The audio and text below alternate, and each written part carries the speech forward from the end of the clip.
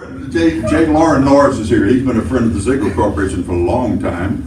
Had the opportunity to meet Jay Loren and his friends, his mother, his dad, his sister.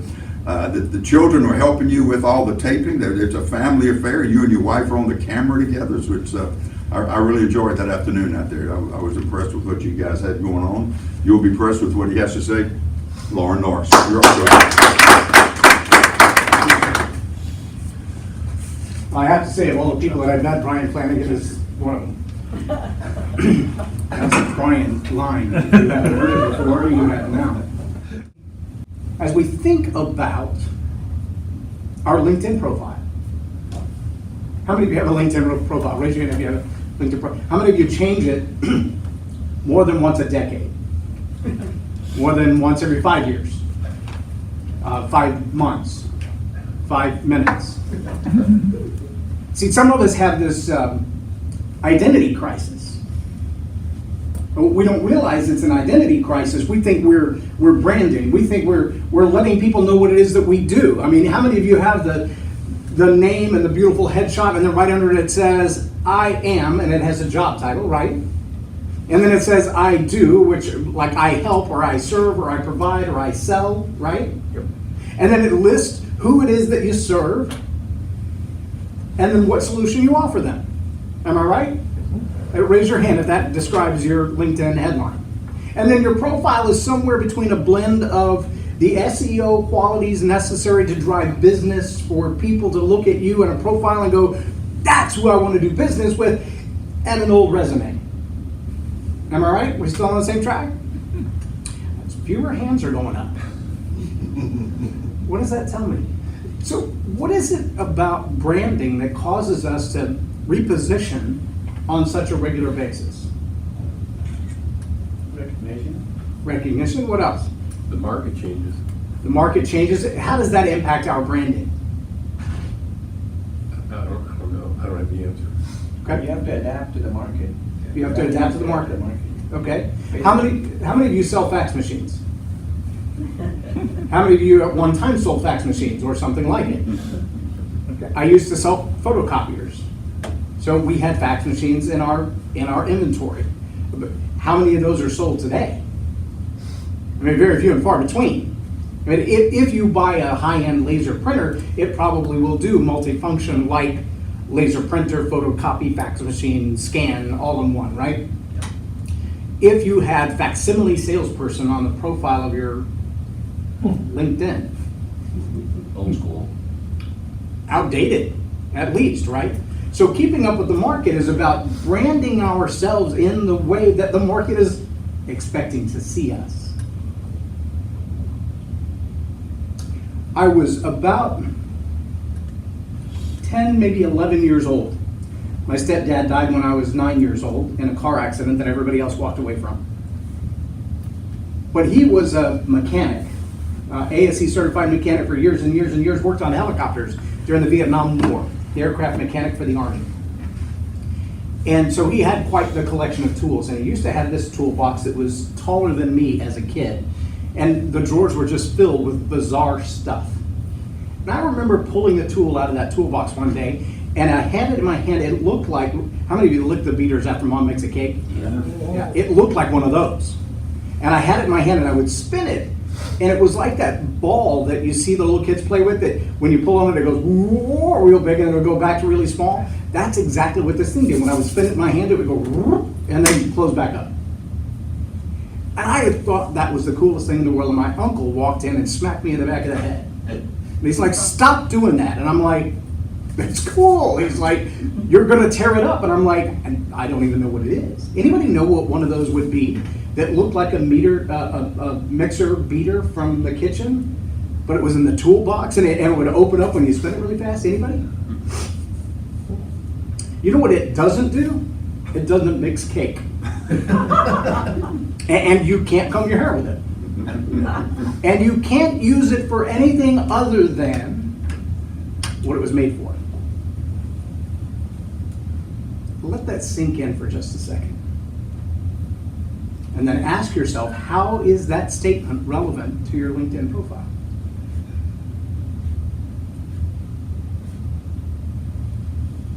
See, that toy I was playing with is a cylinder hone. It's the part that goes on the end of your drill when you're rebuilding a motor that has scarred piston cylinders. And so you would take out the rings and you would take out the piston and you would put this thing on the end of the drill and you would slide it down in there, and very delicately, the blades on the side of it were actually made of emery paper. And they would remove the scars from the inside of the cylinder. But if you do that too far, you tear up the walls of the cylinder and your entire engine block is destroyed. And if they're off balance, then your cylinder block is destroyed. And so me spinning it like this wasn't doing any good for its balance. And it was making that several $100 tool useless. Now, if I simply changed its name and said, well, it's not a cylinder honing tool, I'm going to put it on the blender and I'm going to mix cake with it. Would that work? Nope. Would it change its original design? Nope. Would it change its meaning or application? So let me ask the very bizarre question. When you change your LinkedIn profile, when you change your title, when you change your headline, when you change your bio and description, does it change who you are? Should it? Why do we want it to? To reach a bigger audience. Well, but the LinkedIn, we're not putting about itself, we're putting about the skill sets, right? The skill sets should change based on what the market is doing. Perhaps. There's a difference between myself and what I do. Are you sure? There should be, right? Well, my cylinder hone doesn't do what it wants to do. I mean, what if that phrase, God's gifts and callings, was finished by whatever I brand myself today? God's gifts and callings are whatever I decide today. Whatever I want to be today. Whatever will sell fastest. Whatever will make me the most money. Whatever will make me the most popular. Anybody ever struggle with that? You know, what I'm selling right now isn't selling, I'll sell something else.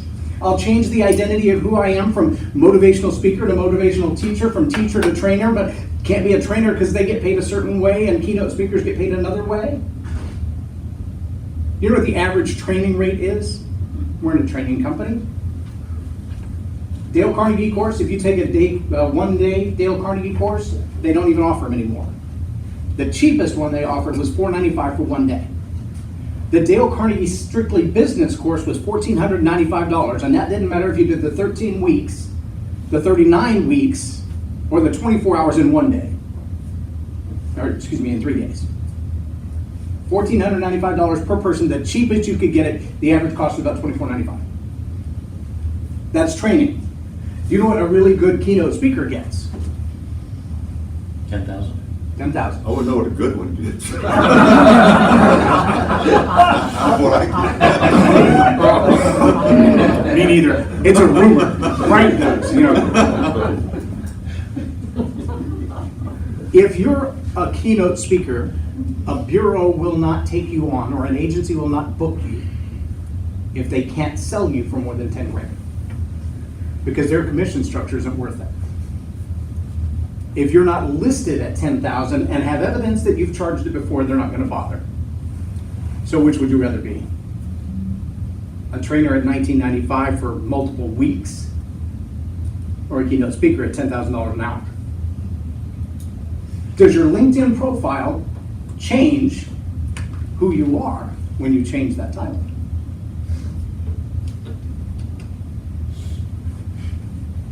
And why does any of this matter to you today? So how does that phrase end?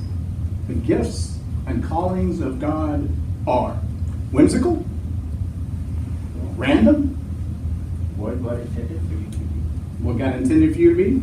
Anybody else? Does anybody know what it really says? That's fascinating. So I'm going to talk to you really quickly this morning about a book that is just about finished. I thought it was done. And I was wrong. And the reason that I was wrong is really simple, and that is I had written the book that I imagined. What's wrong with that?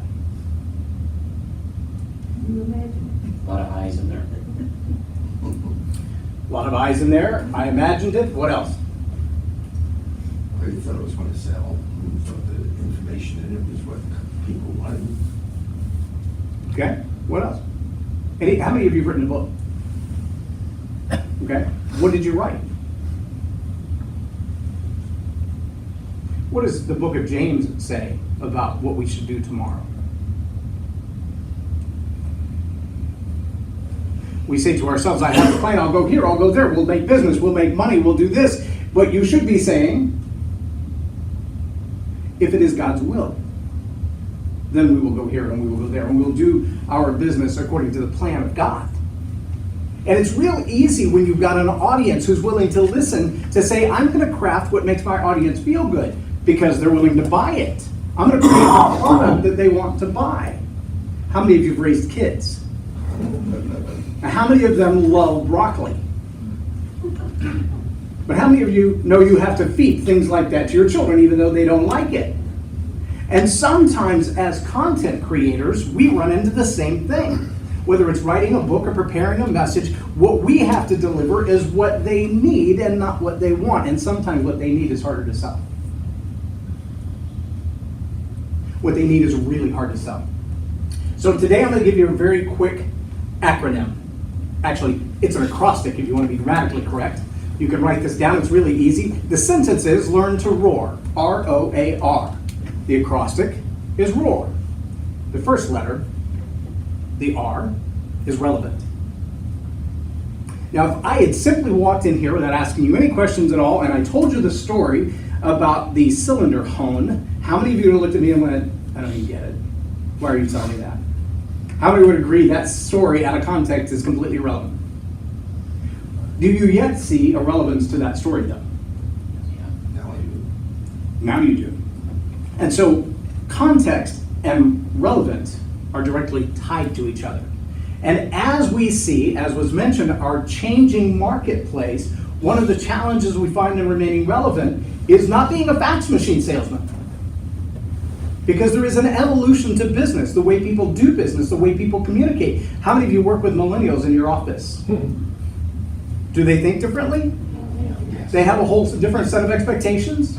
Being relevant in the way you communicate with a millennial is an entirely different thing. But that doesn't mean they're right and you're wrong, or they're wrong and you're right. It just means that the way they communicate is different. How many of you have been asked to teach or speak in a different country or in a different language? Work with what I would call not an interpreter, but an interrupter. The very first time I did that, I was not cognizant of the ideas that were subliminal in my message. In one of my stories, I talk about how we had a birthday party at the park. And at the park, we had ice cream and watermelon and cake and uncles and aunts, of course. Now, how many of you understand the double meaning of the reference aunts, of course? The interpreter didn't see that coming. And so she first said uncles and aunts as in bugs because of ice cream and cake. And then she went, oh no, because of uncles, that must be the female. And so she just kind of stopped and looked at me for a minute. She went, do you mean bugs or do you mean women?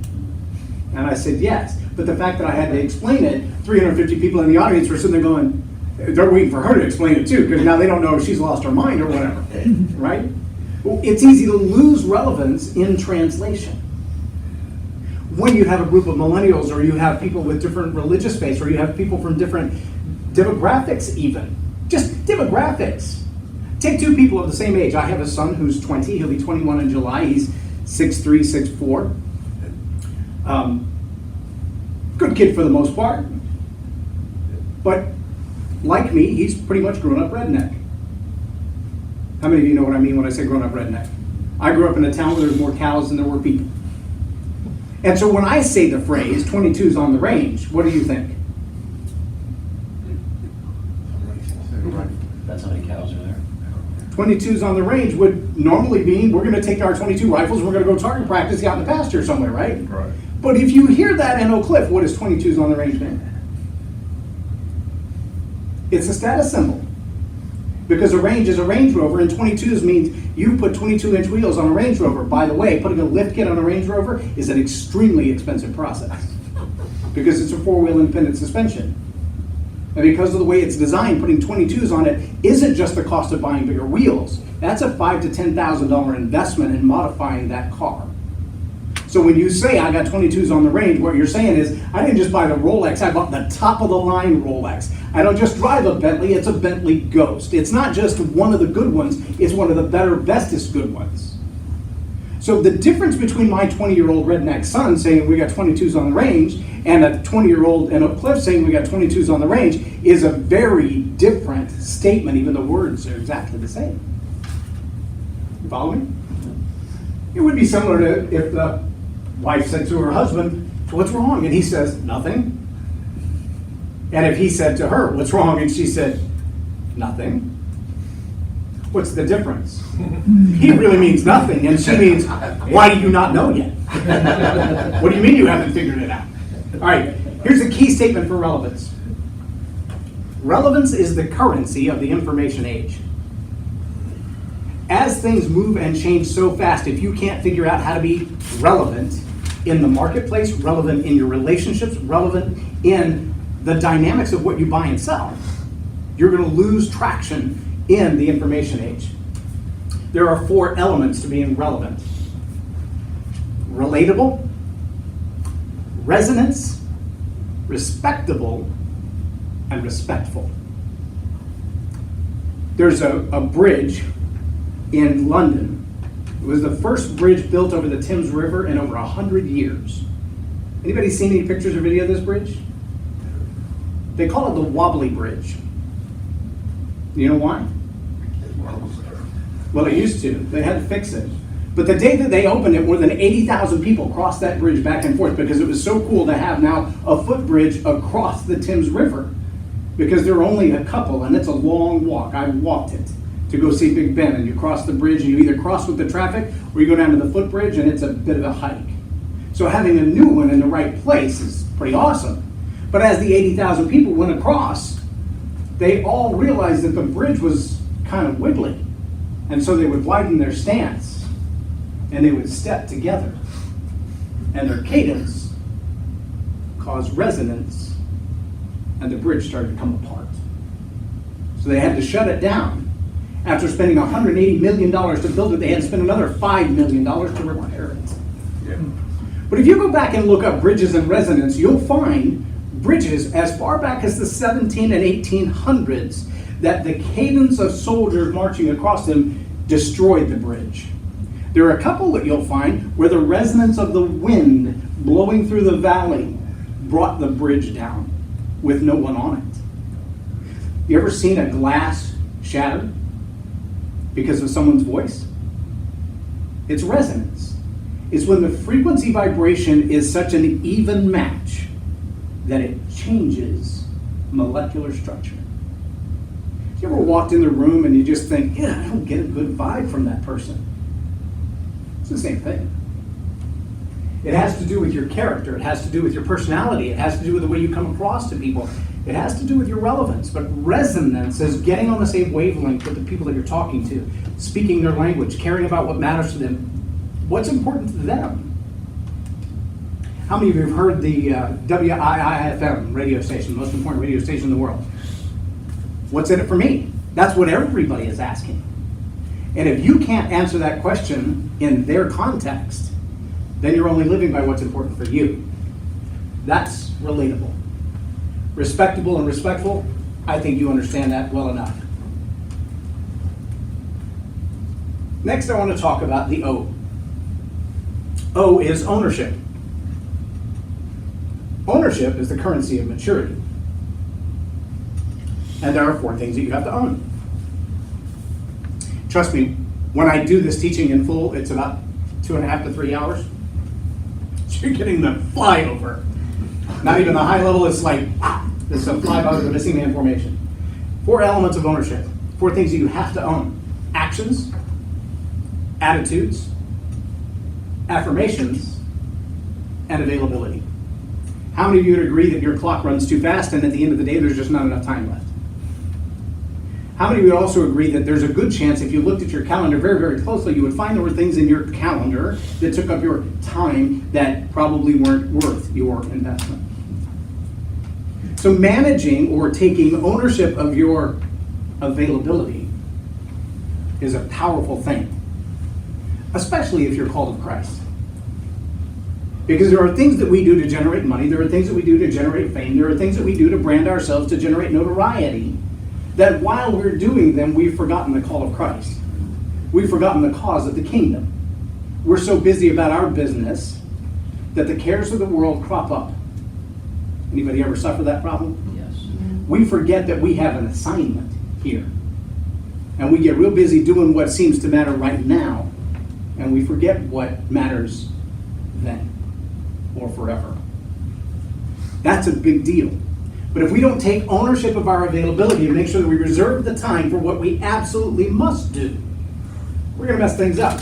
Our actions and attitudes. How many of you believe that we should take responsibility for our own actions? Yes. That's a really easy one, right? Everybody does that unless you're a millennial.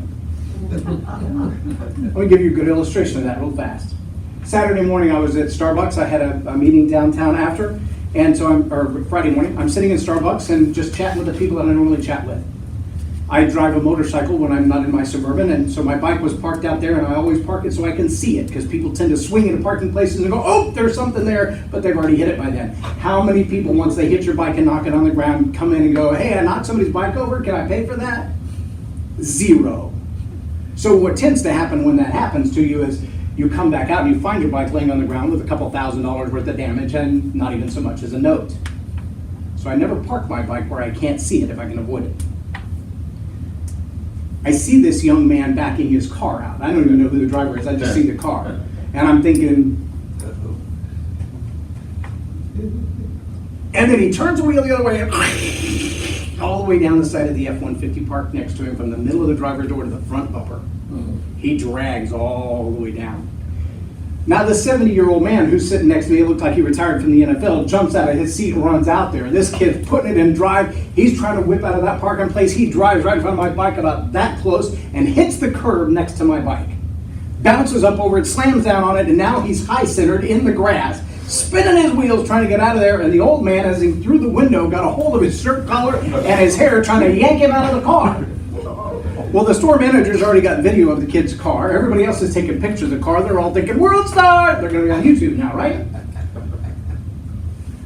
Cops show up, they block him in, and they're having a conversation with him. And I so wanted to say to this young man, listen, this is a 13-second decision that will change your life. Because right now, you can decide to wait until the cops come and write you a ticket.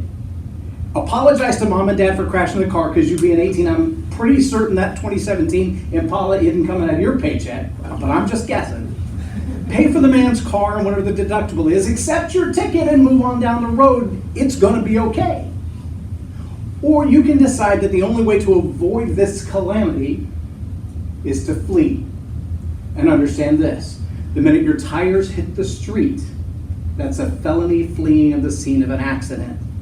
And if the cops are in the parking lot following you when you hit the street, now it's felony fleeing a law enforcement officer. And your 18-year-old forward-looking life is different now than if you just got a ticket. But being responsible for your actions starts now. And so often we forget that. We move on down the road many, many, many years, and we realize we've messed this whole thing up. The final thing under ownership is affirmations. How many of you use affirmations in your life? Being that you're in this room, I would assume many of you do. If you don't, start.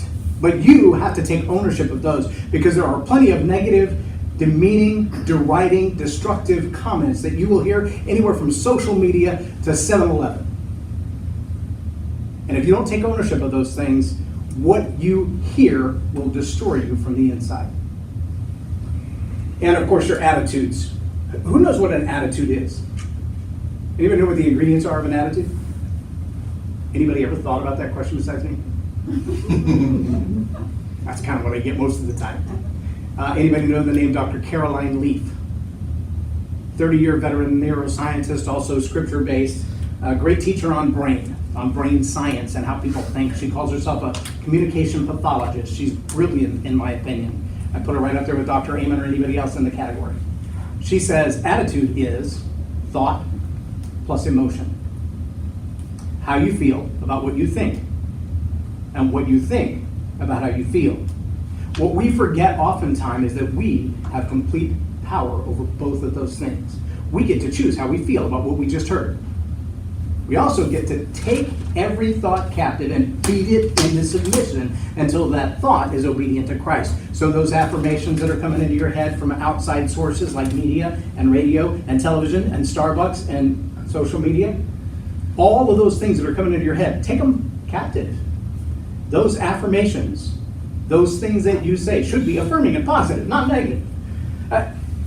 Anybody ever asked this question? Who pooped my pants?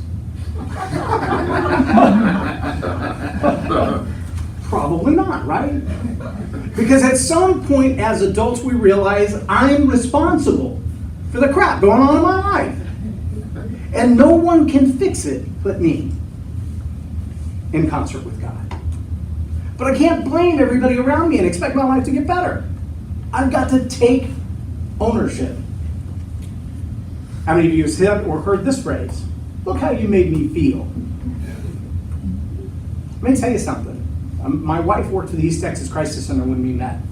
I've done all 5 levels of training with the Battered Abused Women's Shelter. And that phrase is number 1 on the list of the indicators of a possible abuser. Why? Because they don't take responsibility for their own feelings and their own actions, and they will always shift it to somebody else. Look how you made me feel. It must be your fault that I feel so miserable. He'll walk in the door at the end of the day and the dishes aren't done. He's like, look how angry you've made me because you didn't do the dishes. No, sir, that's your fault. You're in charge of your thoughts and your feelings. Take ownership of them. And if you feel like your thoughts, like your feelings are out of control, you need to have a come to Jesus meeting with yourself and sit down and think about those things.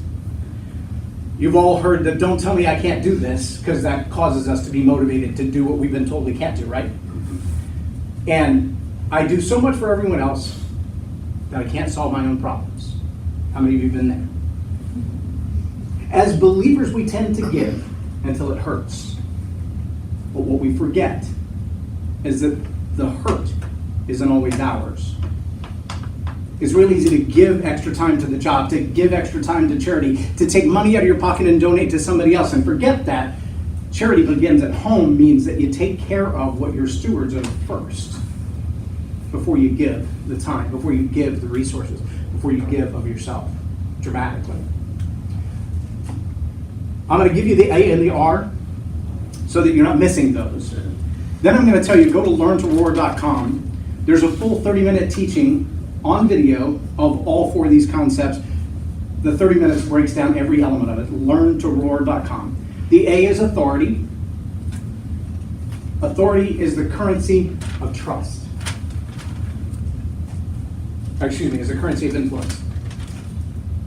I said that wrong. Authority is the currency of influence. Leadership is influence, nothing more, nothing less. But authority has to be both exercised and exhibited, and it also has to be given away to grow. Authority is like a seed. If it stays in you, it dies. You got to give it away for it to grow. Again, all of those are on there, and the final R is responsible. And responsible is the currency of trust. Responsible is the difference between ownership, which is everything that I'm responsible for in me, and responsible for your legacy. It's what you give away. It's what you put out there for everybody else. If you are not responsible for your clients, you forget about with them. If you're not responsible for the outcome that they have, then you'll do what suits you best. How many of you have ever been sold something that later you wanted to give back? Right? Is that a good salesman or is that a manipulator? And none of us want to be in that category, but if you've been sold on something, rather than served by a seller, that's a whole different thing. That's responsible.